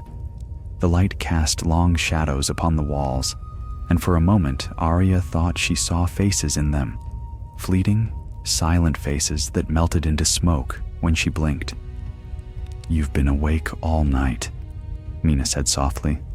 "Someone has to watch." "Did you see anything?" Arya hesitated. "Nothing I could name." Toros rose then, his robes trailing across the stone. "The fire burns low," he said, his voice grave. "But it whispers still. The shadows move against us. Before the next moon, you must choose your path." Arya turned from the window. "And if I don't? Then the darkness will choose for you." She had heard such talk before. Prophecy, destiny, the language of priests and fools. But in his eyes, she saw something that unsettled her more than faith. Conviction. "I make my own path," she said. Toros smiled faintly. So did Azor Ahai, before he plunged his blade through the heart of the woman he loved. Mina drew back, frightened. "Stop it," she whispered. "You talk of killing as though it were holy." Toros spread his hands. "All things that burn are holy, child. The flame consumes, but it also purifies." Arya felt her anger stir. "And what does your God burn away from me, priest? My sins, my name, I've given those up already." He regarded her with calm eyes. "Not your name, girl, your fear. That is what still binds you." She turned from him. The wind howled through the tower's cracks, carrying the salt sting of the sea. Fear. She had thought she'd left it behind in Braavos, buried beneath the faces of those she'd slain. But now, standing here between sea and shadow, she felt it again, cold and sharp. The old companion she had never truly cast off. They left the lighthouse before noon, following the cliffs westward. The path was narrow, twisting along the edge where the land met the sea. Below, waves crashed and receded, revealing dark caverns that gaped like mouths. As they walked, Toros spoke of visions he had seen in the fire, dragons flying over snow, a wolf made of shadows, a girl with a blade of moonlight standing before a dying sun. Arya said nothing, though his words unsettled her. Near dusk, they came upon a small fishing hamlet, a scatter of huts clinging to the shore like barnacles. Smoke rose from a few chimneys, and the smell of saltfish hung heavy in the air. The people watched them warily as they entered, their eyes hollow, their skin marked with the scars of old sickness. Toros approached an old woman mending nets by her door. "We seek a ship," he said. "Any vessel bound for Westeros." The woman snorted. "No ship's gone west in weeks. The storms saw to that. Best you stay till the weather breaks." "Storms we can endure," Arya said. "Men we can't." The woman's gaze lingered on her face, and a flicker of recognition passed through her eyes. "You're no Braavosi," she said quietly. "You've the look of the North about you." Arya stiffened. "You're mistaken." "Maybe," the woman said, returning to her work. "But the North remembers." That night, they took shelter in an abandoned hut near the edge of the village. The roof leaked and the wind whistled through the cracks, but it was shelter enough. Mina huddled close to the fire while Toros dozed in a corner, his staff across his knees. Arya sat by the doorway, staring at the restless sea. Sleep would not come. She thought of the woman's words. The North remembers, and for a moment, she allowed herself to dream of home, of Winterfell's gray walls, of snowflakes melting on her lashes, of her brother's laughter echoing through the halls. But the dream soured quickly. She saw the Red Keep again, her father's head upon a spike, her mother's blood in the water, and beneath it all, the same whisper, "You cannot run from what you are." A sudden gust extinguished the fire. The room plunged into darkness. Arya's hand went to her dagger at once. "Toros," she hissed. The priest stirred. "I feel it too." A faint light bloomed outside. Not fire, but something colder, paler. Arya rose and stepped into the night. The village lay silent, the sea a sheet of black glass, and at the edge of the surf stood a figure in gray, the light spilling from him like mist. The kindly man. He did not move as she approached, though the waves broke at his feet. His face was calm, expressionless. "You have run far," he said. "Not far enough, it seems. You should have taken the gift when it was offered." Arya lifted her dagger. "I told you before. I don't serve him anymore." He tilted his head. "Then serve yourself if you must, but death comes all the same." Behind her, Mina's voice trembled. "Arya?" "Stay back," Arya said, never taking her eyes from him. The kindly man's gaze flicked toward Mina. "The girl's blood calls to kings and killers alike. You cannot protect her forever." "Then I'll die trying." The sea wind howled between them. For a moment, neither spoke. Then the kindly man drew something from his sleeve, a small coin, twin to the one she had once carried. "Valar Morghulis," he said. Arya's pulse thundered. "Valar Dohaeris," she whispered in reply. He smiled faintly and let the coin fall. It struck the water and vanished. "Your words bind you still," he said. "Remember that, Arya Stark." Then he was gone, dissolved into the mist, leaving only the sea's endless whisper behind. Toros stepped beside her. "He cannot touch you here," he said. "The Lord's fire guards its own." "Fire doesn't scare him," Arya said. "Nothing does." "Not yet," the priest replied. "But all shadows flee from light in time." She turned to him, anger flaring. "You think your God can save me? You don't even know what I've done." "I know you live," Toros said, "and that means his purpose for you isn't finished."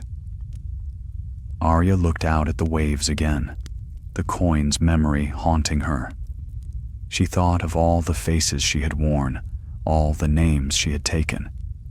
If there was still a purpose for her, she could not see it. Behind her, Mina shivered. "He'll come again, won't he?" "Yes," Arya said, "but so will I." The wind rose, carrying the scent of salt and smoke. Far off, thunder rolled across the sea. She stood there long after the others had gone inside, the dagger cold in her hand. The waves crashed and receded, and in their rhythm she heard something strange. Not a threat this time, but a promise. Winter was coming, even here at the edge of the world. And when it came, she would no longer be the hunted. She would be the storm. The storm came with the dawn, swift and merciless. The sky turned black as ink, and the sea beneath it roared with fury. The wind tore at the thatched roofs of the fishing huts, sending reeds and driftwood swirling through the air. Lightning split the clouds, turning the waves white as bones. Arya stood in the doorway of their hut, her cloak whipping in the gale. The world seemed to burn with wind and water. Mina huddled near the dying fire, her face pale. Toros Nar knelt beside the brazier, his voice raised in a low chant that was nearly drowned by the storm. "What good are your prayers now?" Arya shouted above the wind. Toros did not look up. "The Lord of Light speaks even in the storm. Listen, and you may hear his will." Arya scowled. "I've heard enough of gods and their wills." The priest's eyes flicked toward her. "Then you've heard nothing at all." A sudden crack split the sky. Lightning struck the old lighthouse on the cliff, shattering its upper stones. The sound rolled across the sea like a giant's roar. In the blinding flash that followed, Arya saw something moving upon the shore, figures cloaked in dark, advancing through the surf. Her heart turned to ice. "They've found us," she said. Toros rose, gripping his staff. "How many?" "Too many." He strode to the door, his face illuminated by the brazier's glow. Then the storm will be our ally." He thrust his staff into the fire, and the flames leapt up, wild and crimson. When he turned it toward the wind, sparks flew like fireflies, swirling into the rain. For a heartbeat, the storm seemed to bend around them, the wind pausing, the rain hissing against an unseen barrier. But the shapes on the shore did not falter. Mina cried out, "Arya, there's more, behind the cliffs." Arya grabbed her dagger and ran outside. The rain struck her face like knives, blinding her. Through the sheets of water, she saw torches, a dozen, maybe more, moving toward the village from both directions. "We have to go," she shouted. Toros followed her into the storm, his flaming staff hissing in the rain. "The Lord's fire will guide us." "No," Arya said. "My feet will." They fled toward the cliffs, the wind howling in their ears. The path was narrow and slick, the rocks treacherous beneath the pounding rain. Behind them came the shouts of men, and something else, a sound that froze Arya's blood. A horn. Long and low, it echoed across the sea. She looked back once. The torches were closer now, moving with inhuman swiftness. The men, if they were men, wore masks that gleamed pale in the lightning. The faceless men. "Run!" she screamed. They reached the cliff's edge, where a narrow trail descended to the rocks below. The sea crashed against them in furious waves, but there was no other way. Toros went first, guiding Mina with one hand while clutching his staff with the other.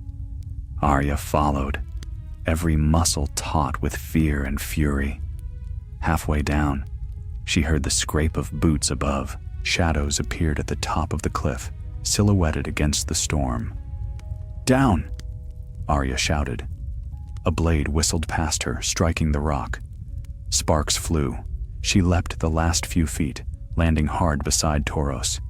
He turned, raising his staff. Fire burst from its tip, a blazing arc that struck the cliff face and exploded into light. The men above reeled back, their masks glinting in the flames. "Go!" Toros cried. "The path ahead." Arya pulled Mina toward a narrow cave that opened at the cliff's base. The roar of the sea filled the entrance, and spray drenched them as they stumbled inside. The tunnel beyond was dark, its walls slick with salt. Behind them, Toros raised his staff one last time. The fire on its end flared white-hot, then fell into the sea with a hiss. "Toros!" Mina cried. He did not follow.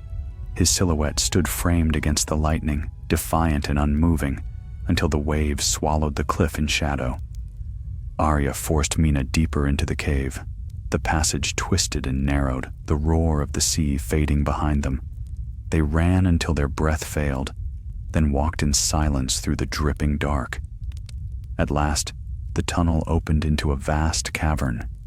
The air was thick and cold, but it was dry, and the sound of the storm was distant now. Bioluminescent moss glowed faintly on the walls, casting the chamber in a ghostly green light. Mina sank to the ground, shivering. "He's dead," she whispered. "Toros is dead." Arya said nothing. She felt the weight of it too, the fire priest's last stand, the light swallowed by storm and sea. But she had seen too much death to grieve aloud. After a time, Mina lifted her head. "Where will we go now?" "Through," Arya said. "There's always another way." They followed the faint glow deeper into the cave. The walls rose around them like the ribs of a buried giant. Strange carvings marked the stone, spirals, wings, faces with slitted eyes. Arya ran her hand along one, feeling the grooves cut deep into the rock. "What are they?" Mina asked. "Valyrian," Arya said. "Old as dragons." The passage bent sharply, and before them lay a pool of still water, dark as obsidian. The air above it shimmered faintly, like heat on a forge. Arya approached. Her reflection looked back, her face pale, eyes hard as steel. For a moment she saw another image beneath it, a wolf running through snow, its fur streaked with blood. Then a whisper filled the air. Valar Morghulis. Arya spun, dagger ready, but there was no one there, only the echo of the voice rippling through the cavern. Mina clutched her arm. It's him again. No, Arya said, though her throat felt tight. It's the cave. The old magic here remembers death. She dipped a hand into the pool. The water was warm, almost alive. Ripples spread outward, touching the edges of the cavern. As they did, faint lights bloomed upon the walls, not moss this time, but fire. Tiny points of red and gold, forming shapes she could almost understand. A wolf, a lion, a dragon, all locked in endless battle. Mina stared. What is it showing us? The world, Arya murmured.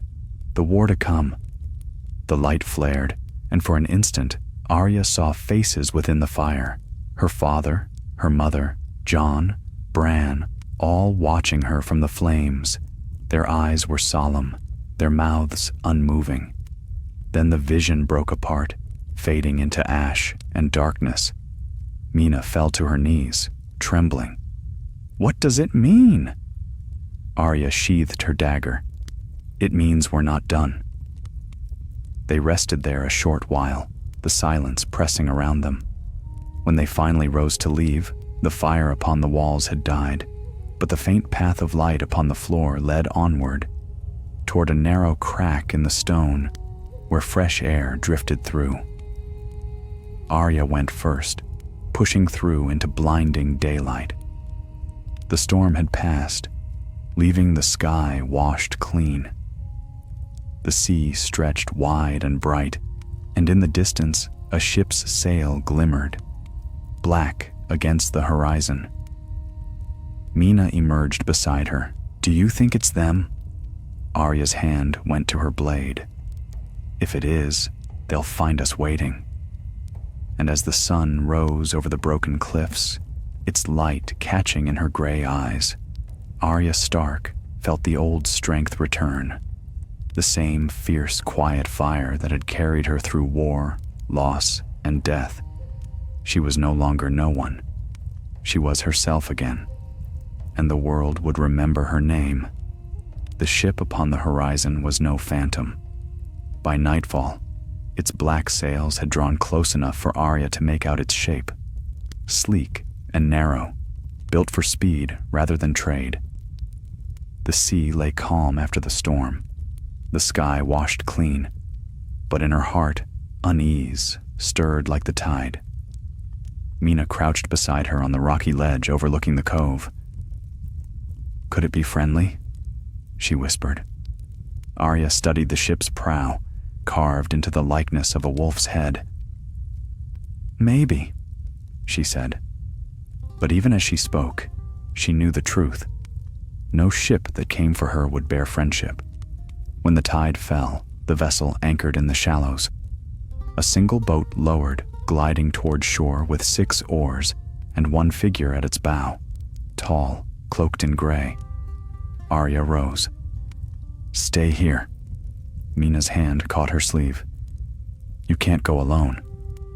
I've been alone since Winterfell, Arya said, pulling free. She descended the narrow path to the beach, sand crunching under her boots. The small boat ground against the shore. The oarsman did not move.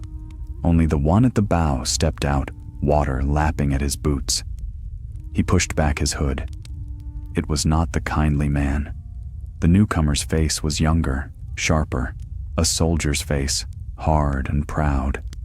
A thin scar crossed his cheek like a white thread. His eyes were pale gray, almost colorless, and when they met hers, Arya felt something stir deep within her memory. I know you, she said slowly. He smiled faintly. Do you? Many have said that before. You were in King's Landing, Arya said. One of the gold cloaks. Once, he admitted, before the wars changed everything. Now I serve another master. Arya's grip tightened on her dagger. Cersei. The man chuckled, though there was no warmth in it.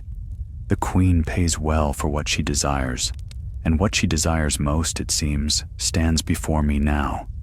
Then you came for me. He shook his head. Not for you, for the girl you guard. Arya felt the wind shift, carrying the salt and the memory of blood. You won't touch her. I was told you'd say that. The man drew his sword, Valyrian steel, dark and rippling like water. They warned me about the wolf girl who learned to wear other faces, the killer from across the sea. But they also said you had a heart, and hearts are easy to break. Arya's breath misted in the cooling air. Try. He moved first, fast, precise, every strike meant to end her. Arya ducked beneath his blade, the edge singing past her ear. She darted forward, slashing for his ribs, but he twisted, parrying with practiced grace. Their blades met again and again, sparks flying. You've improved since the docks of King's Landing, he said through his teeth. You talk too much. She feinted left, then drove her dagger low, catching the edge of his boot. He staggered. Before he could recover, she kicked his knee and slammed her hilt into his jaw. He fell hard, sand spraying. Arya pressed the dagger to his throat. Who sent you? He spat blood, smiling through it. The Lion Queen, but the gold came from Braavos. The words struck her like a blow. The house? He nodded. They were paid to finish what you began, but it seems you've already betrayed their gift. Arya's mind raced. If the Faceless Men and Cersei had joined in purpose, there would be no end to the hunt. She felt the weight of every death she had ever given press upon her shoulders. Why tell me? She demanded. The man's smile faded. Because I failed her once, and failure is death. But you might yet finish what I cannot. Before she could ask what he meant, he moved, too quick to stop. His hand shot to her wrist, pulling the dagger deeper into his throat. Blood welled bright against the steel. He fell without another word. Arya knelt beside him as the sea washed red around them. His eyes stared past her, empty now. When she looked up, the oarsmen were gone. The ship had vanished into the gathering fog, leaving only the tide and the sound of gulls. She wiped the blood from her blade and climbed back toward the cliffs. Mina waited where she had left her, fear etched into her face. Who was he? Another ghost from the past. Arya's voice was flat. He won't trouble us again. Mina's gaze dropped to the dagger in her hand. How many have there been? Too many, Arya said, and never enough. They left the shore before the fog thickened, following a narrow trail that wound into the hills. The air was sharp with salt and rain, but beyond the cliffs, the land softened.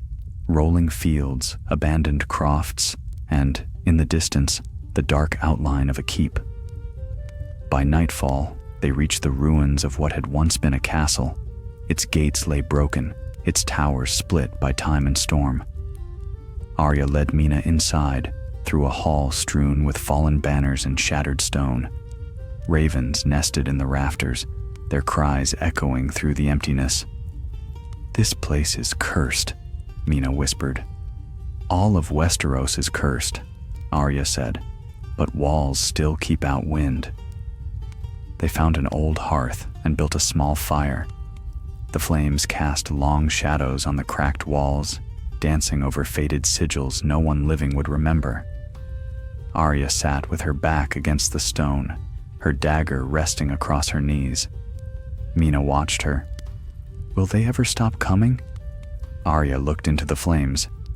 No, not until one of us is dead. Silence settled between them. Outside, the wind moaned through the broken towers like the voice of some forgotten god. At length, Mina said, He spoke of gold from Braavos. Does that mean? Yes, Arya said.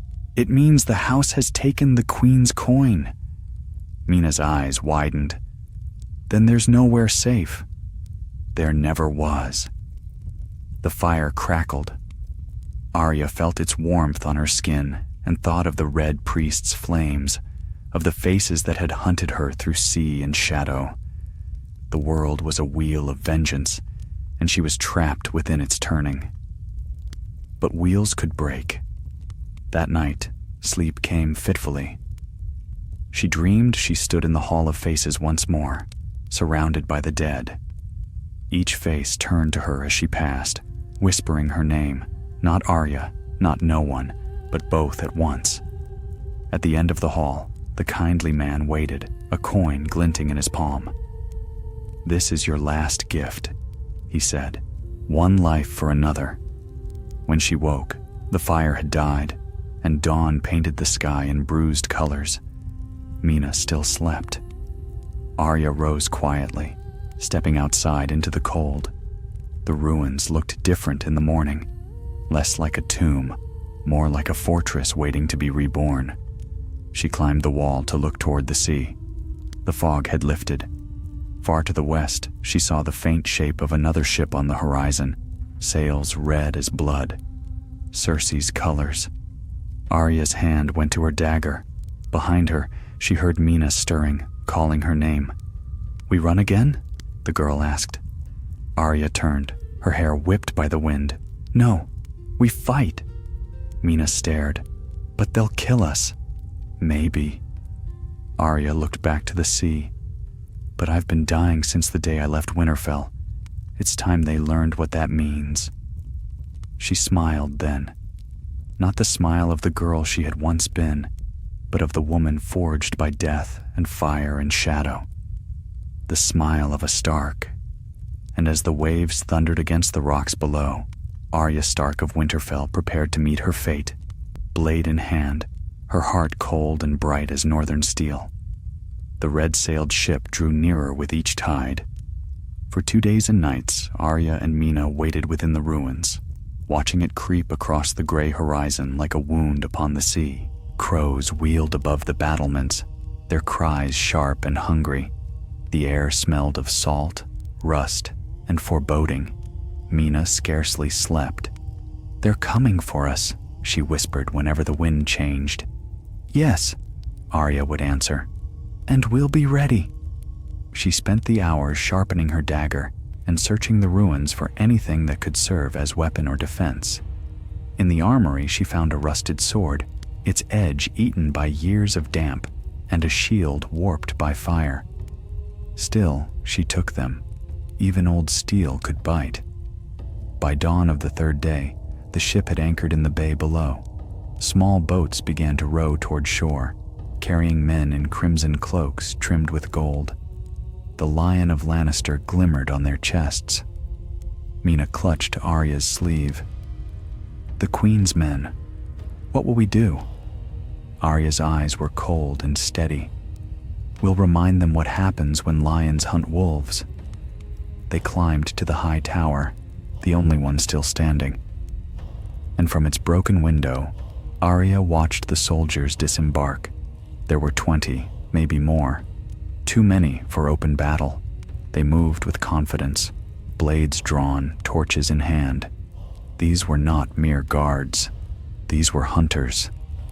At their head rode a knight in gilded mail, his helm shaped like a lion's head. His banner fluttered in the wind, crimson and gold, the queen's wrath made flesh. Arya's fingers tightened on her dagger. She remembered the last time she had seen that sigil flying over the Red Keep, above her father's death. "Stay hidden," she told Mina. "If I fall, run north. Find the river. Someone will help you. I won't leave you. You will if you want to live." She left the girl behind and descended the stair, her cloak trailing like shadow. The lower hall opened to the courtyard, where the stone was slick with moss. She could hear the men outside, the clatter of armor, the barked orders.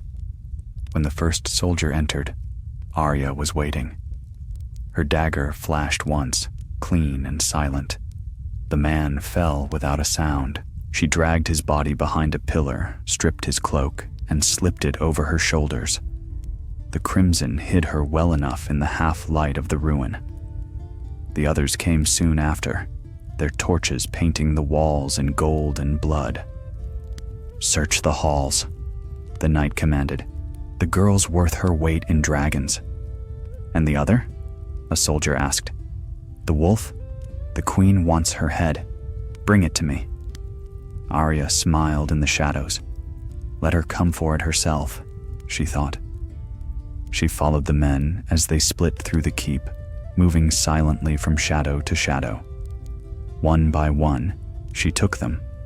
The last breath, the soft collapse, the stillness after. It was work she knew too well. The House of Black and White had taught her that death could be patient, but it could also be swift. By the time the knight reached the Great Hall, half his men were already gone. He sensed it. "Show yourself!" he roared. His voice filled the ruin, echoing off stone and steel. "Coward! You hide behind shadows. Come out and face me." Arya stepped into the open. "I'm here," she said. He turned toward her. Even through the helm, she could feel his smile. "The wolf girl of Winterfell. The queen told me stories of you."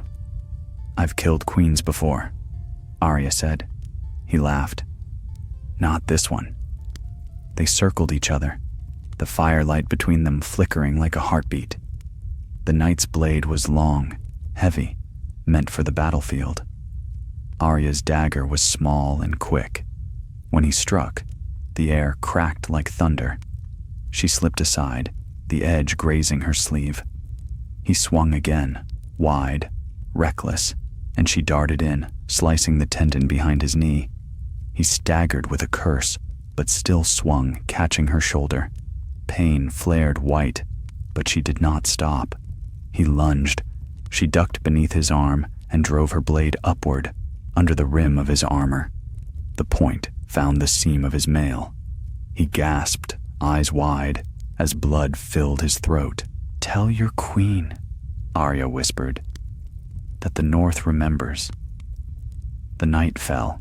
His helm rolled across the stone, coming to rest at her feet. For a moment, the hall was silent, save for the crackle of the torches. Then a voice echoed from the doorway. "Beautiful," it said softly. Arya turned. The kindly man stood there, cloaked in gray, untouched by time or blood. His eyes gleamed like pale glass. "I wondered when you would come," Arya said, breath ragged. He stepped forward, his boots leaving no sound upon the stone. "The debt is nearly paid, child, but the gift is still yours to give." She raised her dagger.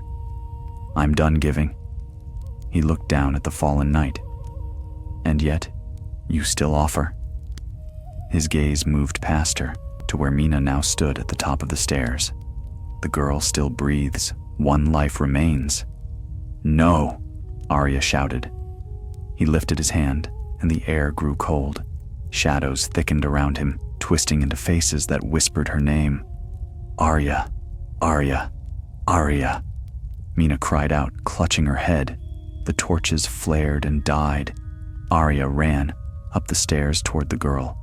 The world dimmed around her, sound fading, light flickering. She reached Mina and pulled her close, turning to face the dark. The kindly man raised his hand again. "This is not vengeance," he said. "It is balance." Arya's heart thundered. "You taught me that death is a gift, but you never said who decides who deserves it." "We all decide," he murmured, "and now, so must you." The shadows closed in. Arya felt the dagger heavy in her hand, the girl trembling in her arms. She could end it. Strike once, quick and clean. The god's debt would be paid. But she saw another path. "No," she said, "not this time." She turned the blade upon herself and slashed her palm, spilling blood upon the stone. "My life for hers." The kindly man's expression did not change, but the shadows paused. The whispering stopped. "You would give yourself?" "I already have," Arya said. The silence stretched. Then, slowly, the kindly man lowered his hand. "So be it." The darkness withdrew, fading like smoke in the wind. The torches rekindled, their light returning to the hall.